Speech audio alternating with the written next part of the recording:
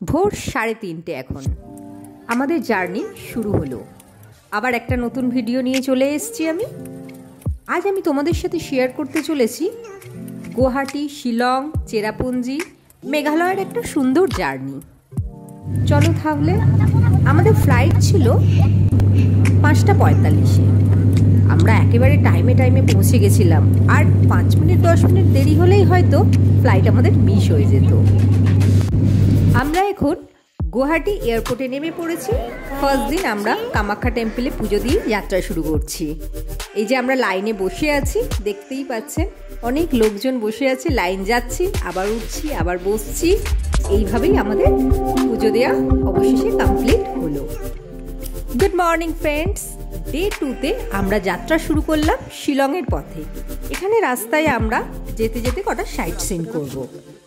First আমরা দেখব Umiam lake.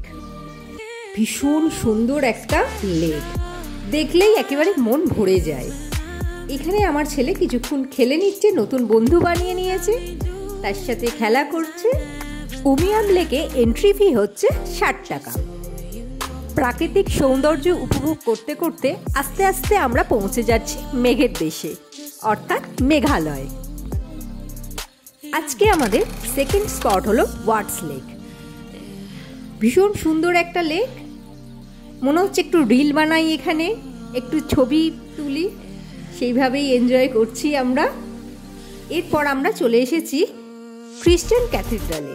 এখানেও কটা পিকচার তুলে নিয়ে আমরা এরপর চলে এসেছি লেডি হায়দ্রারি পার্কে। এই পার্কে বাচ্চাদের খেলার জন্য কতগুলো রাইড আছে, আর একদিকে অ্যানিমালস আছে। Don Bosco museum, Shillong golf course and peak and view পয়েন্টও আমরা এর মধ্যে কভার করেছি। পূর্বাশা হোটেলে রাত্রিটা কাটিয়ে আবার থার্ড ডেতে আমরা বেরিয়ে পড়লাম।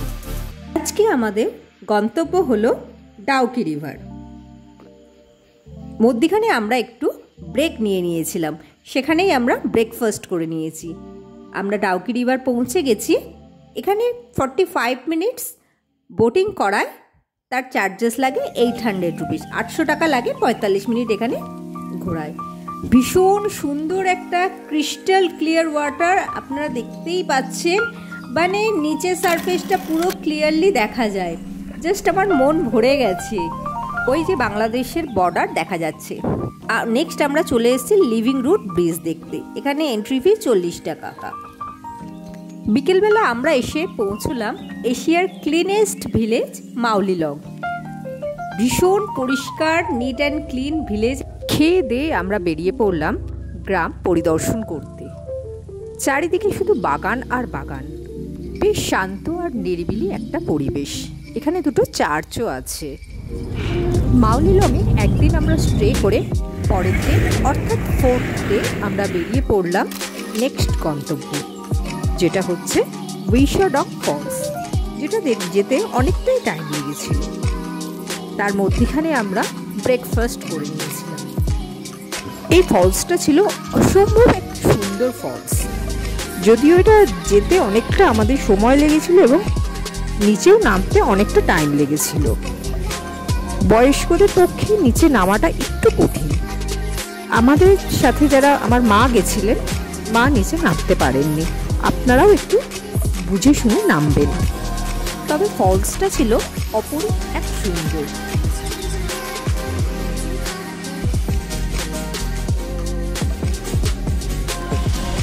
এই হচ্ছে সেই ফলস, যেটা দেখার জন্য আমরা এত কষ্ট করে নিচে নামলাম। এরপর আমরা লাঞ্চ করলাম সুন্দর একটা রেস্টুরেন্টে। তারপর সেখান থেকে বেরিয়ে গেলাম বাউসামি। এখানে ঢুকতে 30 টাকা করে টিকিট লেগেছিল। এই কেভটা চুনা পাথর আর বেলে পাথর দিয়ে তৈরি। কেভটার একদিক দিয়ে ঢুকে অন্য দিক দিয়ে রাস্তা আছে বেরোনো। আজই আমাদের এখানে লাস্ট ডে। আমরা এরপর ফিরে যাব আমাদের হোমস্টেতে এবং কালকেই আমাদের ফ্লাইট। কালকে আমরা বেরিয়ে পড়বো কলকাতার উদ্দেশ্যে। আমাদের হোমস্টের নাম ওয়েটল্যান্ড হোমস্টে। এরপর আমাদের লাস্ট অর্থাৎ 5th ডে। সকালে বেরিয়ে পড়লাম এলিফ্যান্টা ফলস দেখতে। এলিফ্যান্টা ফলসও খুব সুন্দর একটা ফলস। এখানে 3টে ওয়াটারফলস আছে। এলিফ্যান্টা ওয়াটারফলসে এন্ট্রি ফি 100 টাকা পার পার্সন, যেটা অনেকটাই বেশি বলে আবার মনে হয়। এই ফলসের বাইরে একটা মার্কেট আছে, যেখান থেকে আপনারা চাইলে কিছু কেনাকাটা করে নিতে পারেন। আপনি হয়তো ভারতের অনেক জায়গায় ঘুরেছেন, কিন্তু মেঘালয় যদি না দেখেন তাহলে আপনি অনেক কিছুই মিস করে গেছেন। তাই আপনি যখনই সুযোগ পাবেন মেঘালয় ভ্রমণে বেরিয়ে পড়ুন। এখানে আপনারা অনেক মেঘালয় ট্যুরিজমের বাস পেয়ে যাবেন। বাসে করে ভ্রমণ করলে আপনাদের অনেকটাই চিপ রেটে ঘোরা হয়ে যাবে। আমরা যেহেতু 4 জন ছিলাম, আমি, আমার ছেলে, হাজব্যান্ড আর মা, আমরা গাড়ি বুক করে করেই আমাদের ঘুরতে হয়েছে। সেক্ষেত্রে আমাদের খরচ অনেকটাই বেশি পড়ে গেছে। এই অল্প দিনের ট্যুরে আমরা মেঘালয়টা অনেকটাই কভার করেছি। আপনাদের কি মনে হয়? এরপর আমরা পুলিশ বাজারে আমাদের লাঞ্চ করে এয়ারপোর্টের দিকে এগিয়ে চললাম। আমাদের ফ্লাইট 3:15 ছিল। এয়ারপোর্ট খুব ছোট একটা এয়ারপোর্ট। আমাদের ফ্লাইটও 2 ঘন্টা মতো লেট ছিল। আমাদের পরের দিনের ফ্লাইট তো ক্যান্সেলই ছিল। এখানকার ওয়েদারের জন্য এখানকার ফ্লাইট ডিলে থাকে, কখনো বা ক্যান্সেলও হয়। অবশেষে আমরা কলকাতা এয়ারপোর্টে এসে পৌঁছলাম। আজকের জন্য tata, bye bye. Thank you for watching this video. পরের ভিডিওতে আবার দেখা হচ্ছে। ভিডিওটা ভালো লাগলে like, share, comment and subscribe করুন এবং আমাকে ফলো করুন। বাই বাই।